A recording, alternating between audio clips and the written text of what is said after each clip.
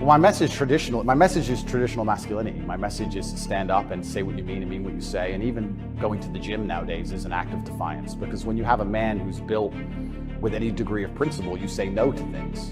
And I think if I have to analyze my message and why I'm so disliked by the people who dislike me, it's not the things I'm saying, it's the fact that if you adhere to my principles and you adhere to the things I say, you end up being the kind of person who will resist certain ideas. You say no.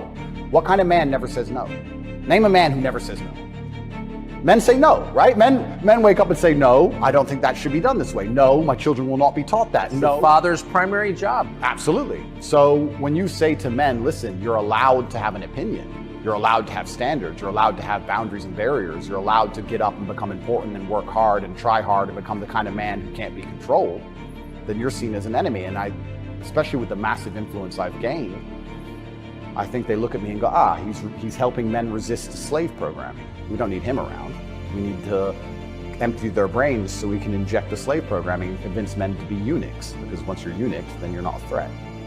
I'm saying in the world we live in today, it's hyper competitive, and if you want to be the kind of man that has the choice of women to choose a good one, you need to be an excellent man. It's no longer acceptable for you to just be an average Joe or below average.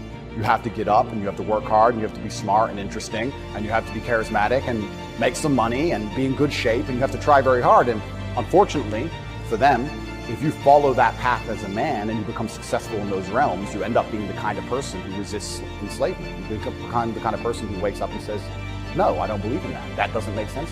I really do believe, and I have nothing against the people who fell for the propaganda, fell for the programming. Yes, yes, I agree. Fine, but you should wake up and say, I was fooled, I've learned my lesson, I will not be fooled again. You continue to be fooled, and you've not self-reflected, and you've not realized that they lied to you the entire way, and you now believe the new bunch of lies that are all over the television. There's something wrong with you. I think a lot of this is actually genuinely cowardice. I think it's a very easy worldview. The life is easier if you accept the news tells the truth. Yes. Everything they want me to believe is true. Everything's nice and simple. Good guys, bad guys, do. And if you want to actually wake up, it takes a degree of bravery, because then you have to destroy your entire worldview, everything you've ever understood and everything you're told, and you have to really look at the world and go, oh, this is a mess. And that takes bravery. And once again, that's why they don't want men to be brave. They want you to sit there and go, oh, it's easier if just, CNN said, so it must be true. And it's cowardice. And they're trying to instill cowardice in all of us. That's what they're trying very hard to do. And I think even just me as a person, the people who hate me, my detractors who dislike me so much, even if I say nothing, I just turn up, big, bald, strong, fast car. But it's just me. I'm like the enemy to them, because I symbolize men who don't comply. And not don't comply in a negative law-breaking way, but don't comply if we don't agree with that or we don't see common sense in that, we're going to politely decline. But I believe it's a test, and I believe it's my job to pass the test for my ancestors and for people watching over me and for God. And I think I have to do the absolute best I can possibly do in this scenario and the circumstance, regardless of whether I win or lose. I still believe I'm going to win because I've seen the case file and I've seen that no laws have been broken. But even in the very unfortunate circumstance that this matrix attack goes deep enough to throw me into a jail cell, I think I should handle it like a man. I think I should stay and finish the process, and I should walk with my head held high and suffer as much as I need to suffer to stick by my convictions and know that I'm an innocent person. And I refuse to break. I refuse to cry. I refuse to be depressed about it. I'm going to wake up and I'm going to smile regardless. And regardless of what happens to me, I want everyone to know that, one, I would never kill myself, and two, I think that as a man, there's always going to be a degree of pain and suffering in your journey. I don't think you're ever going to become a successful man or be good at being a man without pain and suffering. And there's many times in my life where something terrible happened to me, and at the time, if I could change it, I would have. But retrospectively, you kind of look back and go, you know what, that was formulative for me. That's right. That is what God decided I needed to become who I became. So all of the pain and all the suffering I've ever gone through in my life ended up, in the end, building me into the person I am, and I'm proud of who I am. So if God decides I need to go back to a Romanian dungeon for however many days, then all I can do is accept it, and accept His plan, and accept it's going to make me a better person. And so you see the hand of God in your life? Absolutely. So to be a successful man, because let's break this down a little bit further. Success is the most overused word. Because we talk about success. Oh, this guy, he's really successful. Not these motherfuckers are successful. So let's say I'm working at a company. Yeah, I'm the big boss. Let's say I'm a guy, I go to college, I go university, I go to this company, I work, I become a manager. I'm on $150,000 a year. I got a company BMW, and I wear a suit, and everyone at my job does as I say. By all measures, I'm a success now. But here's the truth. When I leave that company, no one gives a fuck about me. I'm a nobody outside of that one building where I'm a little bit important. My wife doesn't want to suck my dick because I'm fat, because I didn't have time to train, so all I did was work. I got a BMW. I didn't even consider that a car. BMW, that's not a luxury car. That's fucking basic. I'm pushing supercars. Success for a man actually comes in many realms. It's actually nothing to do with being good at your job. Having money, yeah. You don't have to be good at your job to have money. So, how do you be successful as a man? We'll talk about it. First thing, you need freedom, because you ain't a man if you're not free. If you're working your ass off, you're a slave. And you may sit there and go, I'm not a slave, I get paid really well. Listen, the slaves got free food and free shelter in exchange for work. Now all they've done is got rid of the food and shelter deal, give you dollars, which you spend on food and shelter, and you basically have nothing left. So you're still a fucking slave. So first thing you need is freedom. If you're not free, you're not a man. First thing, you're not a successful man. So you should always be working towards freedom. And I mean freedom with your time. Do what you want. Freedom with your location. Go where you want. There's a riot. Cool. Go in Tokyo. See you later. Bye. Going to Australia. See you later. Bye. Freedom, one thing. The next thing that constitutes success as a man is your network. Who are you talking to? Who are these people? Who will answer your phone calls? Listen, I've got 2 phones right here. And I can call one of many multi-millionaires. And when they see my name, they're going to pick up the phone. They're going to be like, oh shit, Tate. Oh wait, guys, wait. They're going to stop their conversation and be like, whoa, fuck, Tate, what's up, Tate? Because they know I don't call for no bullshit. They'll be like, fuck, money phones ring. So I can call multi-millionaires right now. I can have the best idea in the world. I can call a bunch of multi-millionaires right now and say, look, I need 100 mil. Here's my idea. Boom, boom, boom, boom, boom. We can make something happen. You can't do that. I can do that. Freedom, network. And then you get into the aesthetics of life. For people to view you as successful, you need good body language. You need physical presence. A man who's not dangerous, a man who has no physicality, it will never be seen as successful. Oh, I'm successful, I'm rich, and yeah, but I'll break your neck. Look how big my hand is. I'm gonna grab you by your neck and choke you till you die. Then what? Who's successful now? I'm breathing and you're not, so I'm more successful than you. So you can't be a little bitch. So these are the things you need to be a high value man. Because if you have all those things, and then you get some money and you have geographical and time freedom, you're now genuinely successful. That by simply understanding what you need, and only discussing and talking about the things you know you need, you'll end up having the things you know you need. That's it. I went to Google and I typed in, how to learn how to be a man. And a bunch of crap came in, a bunch of junk. Men need to cry more with their feelings. What? No. I'm trying to find out how to get money, get mafia contacts.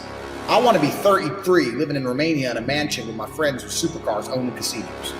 That's what I wanted to be. So how do I get it? I'm typing how to be a man. To be a man, you need to cry more. Everyone's talking about being a bunch of pussy shit. Like, no, it's not what I want. Who remembers The Matrix when Neo sat in the chair and they downloaded it into his brain and he woke up and goes, I know Kung Fu. And he went and fought Morpheus. I was like, this is what I need. I need someone to download into my brain. How do I make money? What's the correct body language? How do I train so I look dangerous? How do I get a network of important people? I was trying to find this information and it didn't exist. Do you make your own luck? Do you have luck? Are you lucky to be a millionaire? What do you think about luck? How's it play into your life and becoming who you are?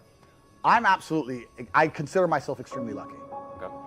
But I also do believe you make your own luck. And I also do believe in any scenario you can view yourself as lucky or unlucky, right? I view myself as lucky. We're all lucky. We're all lucky. Like bacteria could have stolen our eyesight. right? Could have gotten a car crash last week. We're all here, we're all alive, we're all breathing. So on some level, we're all lucky.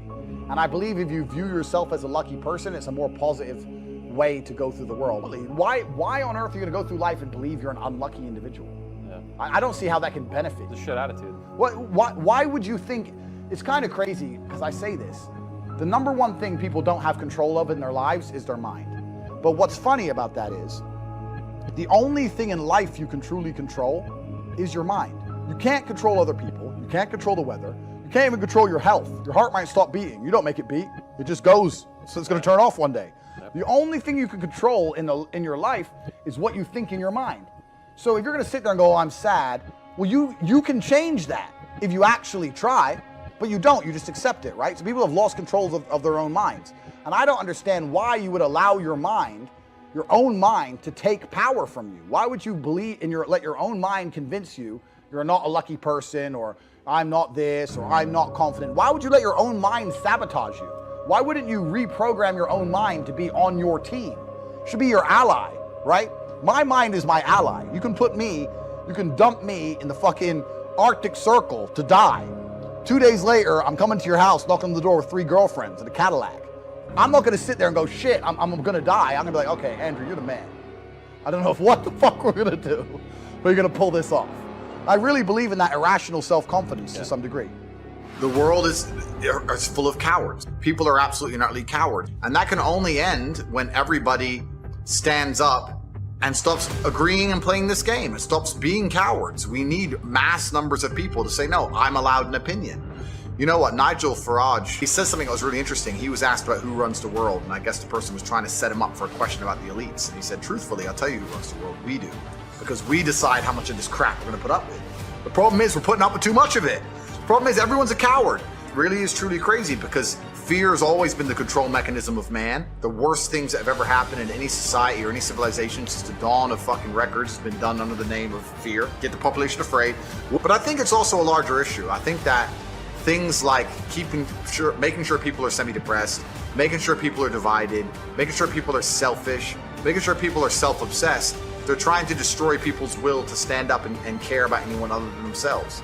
And as an adult, what you need to do is seriously analyze every strongly held belief you currently have and work out where it came from. Is it personal experience? Is it from somebody who I care about and who I trust? Is it from what the news has said? Why do I believe this so much? Why do I have an emotional response to this? Where did it come from? People don't do that. They just sit there, watch the news, watch social media.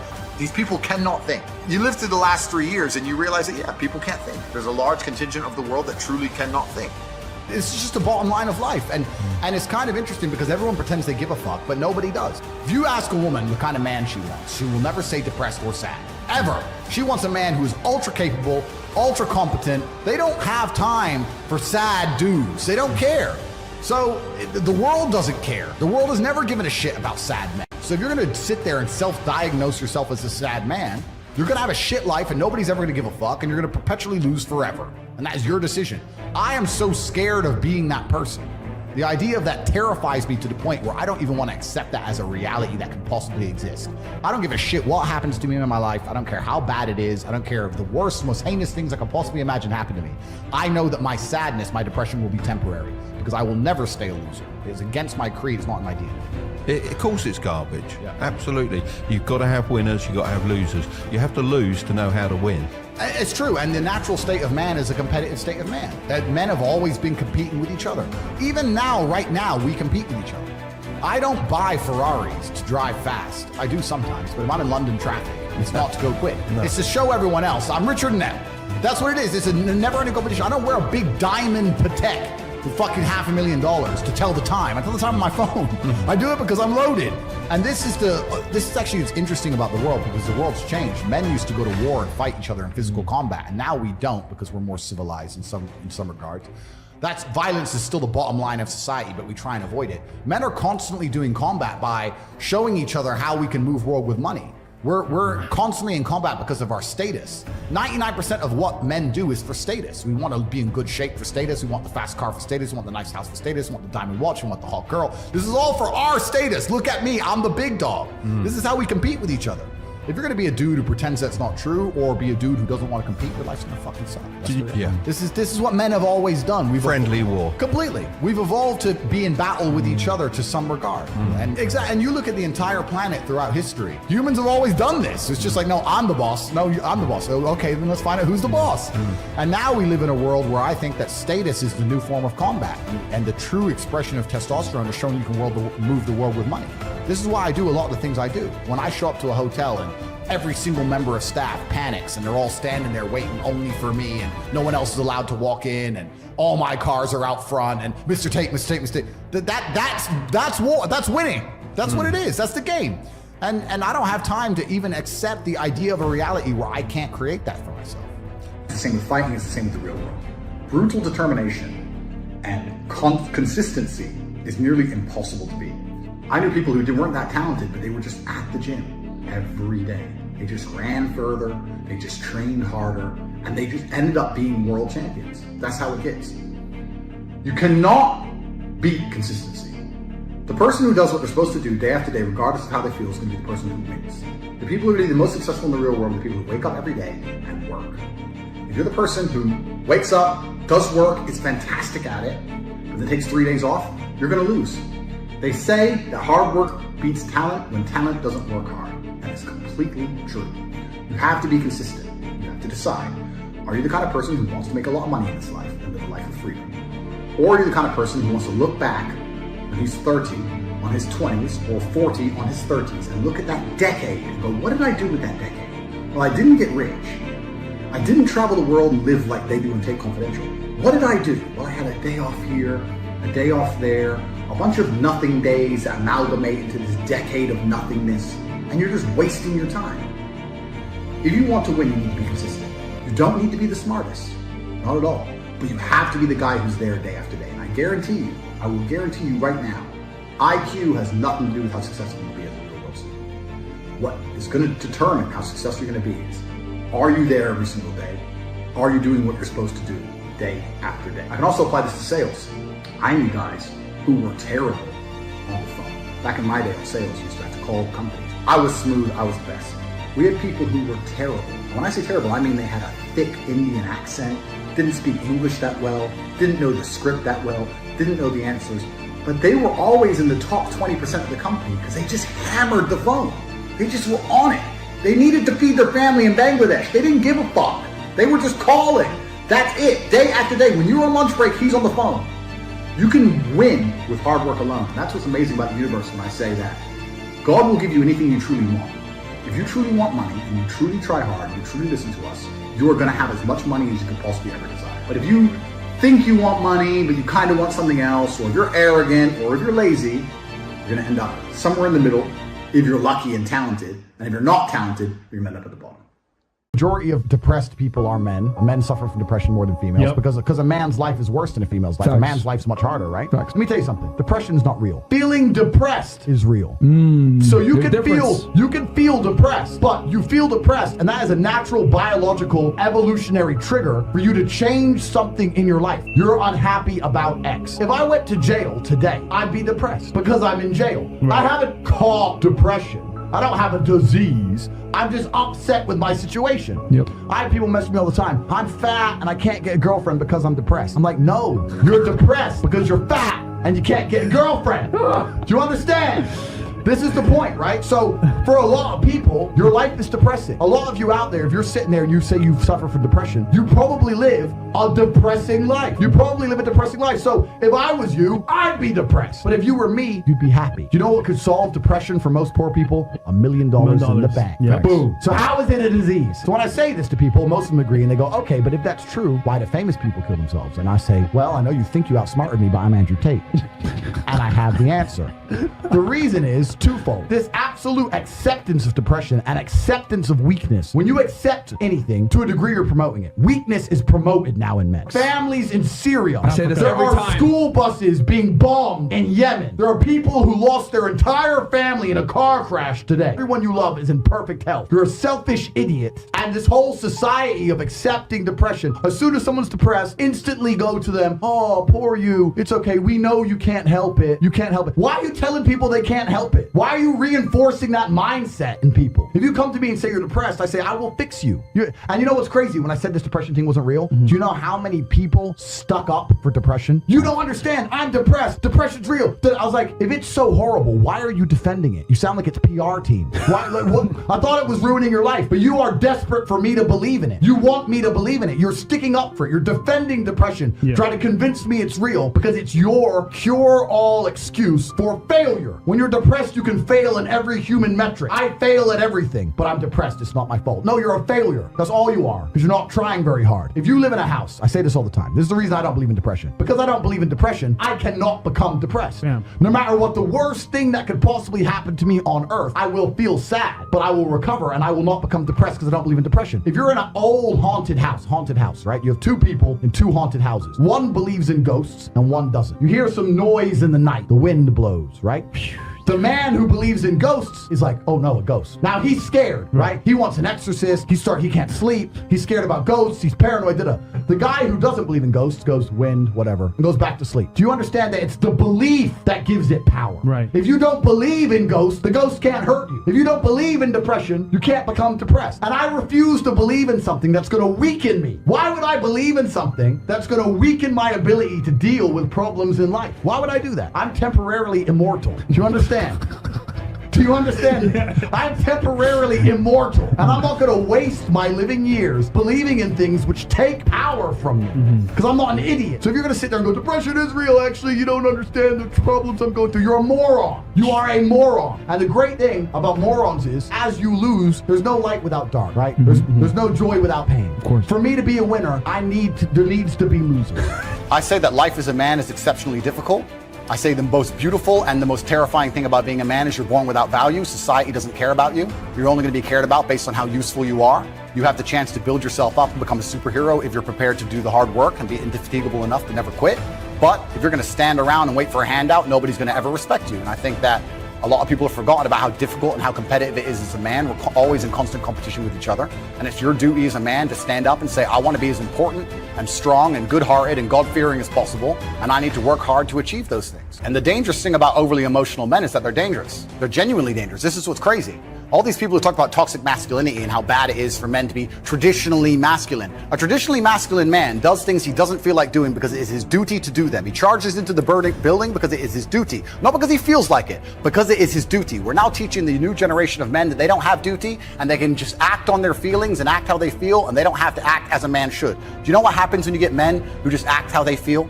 You get school shooters, you get violence, you get rapists. Men who do not control their emotions are dangerous. If you find a man who is stoic, he's not going to hurt people. He's going to sit and think about his actions very carefully, and he's going to be a good man who protects and provides for his family. You find a man who just acts out on impulse and does whatever he feels like, you're going to find a dangerous man. Sitting here telling men to cry more and act with their feelings and it's okay to feel this way, that way, etc., and have no self-control.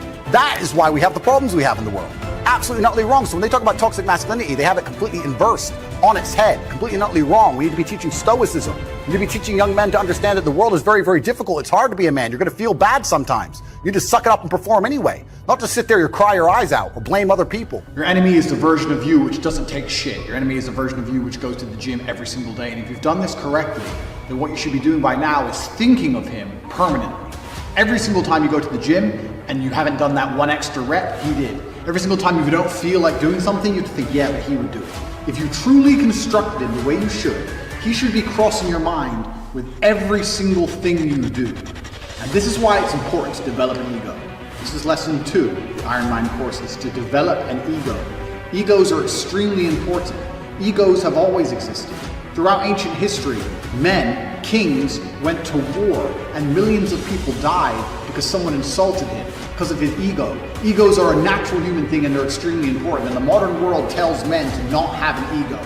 And they do that because it makes you weak and easy to control.